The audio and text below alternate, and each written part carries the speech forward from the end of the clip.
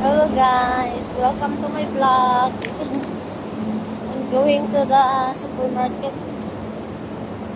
I'm gonna buy vegetable for my tinola.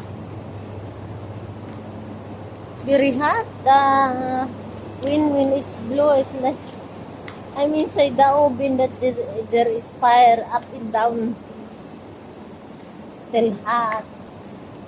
I hope by next week the weather will be lower down. It became cooler. It's already September. Tomorrow is a Vermont already.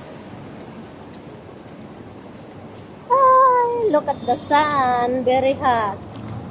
I need to take a picture with the sun. Uh, my golden crown is the sun.